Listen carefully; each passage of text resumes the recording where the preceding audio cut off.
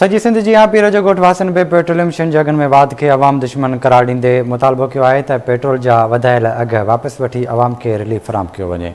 ॾिसूं था अब्दुल रज़ाक कलोड़ जी रिपोर्ट।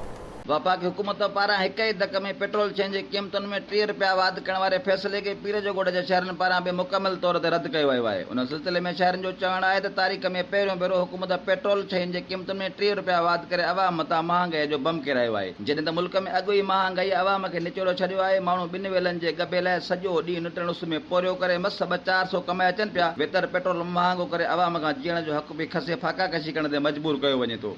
उन सिलसिले में शहरनि वधीक आवाज़ टीवी सां ॻाल्हाईंदे चयो त मुनाफ़ाखोर आहिनि उहे त वरी जेको आहे माना हिन गवर्नमेंट खां बि वधीक चढ़ी आया आहिनि। पोइ जेकॾहिं शइ थी अचे 200 जी त हुन ते 400 रुपया वधाए वेठा आहिनि। हाणे ग़रीब माण्हू वञे काॾे। 550 रुपया किलो गिहु था वठूं, कमायूं कुल 500 रुपया, 550 रुपया किलो गिहु। हे अधु किलो मुर्गी वधी आहे, 2.5 में अधु किलो मुर्गी वधी आहे, काॾों पूरी पवे। वञूं था कर्ज़ी थींदा, सेठनि जा वञूं था कर्ज़ी थींदा।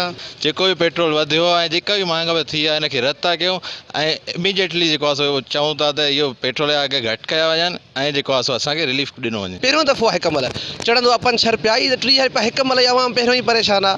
30 रुपया रेट वधाए अवाम खे वधीक परेशान कयो आहे। रेट जेको पेट्रोल जो उहो 5-6 रुपया चढ़ंदो आहे, हिन दफ़े 30 रुपया जेको आहे रेट चाढ़ियो अथनि, उन सां ग़रीब अवाम ॾाढो परेशान थींदो।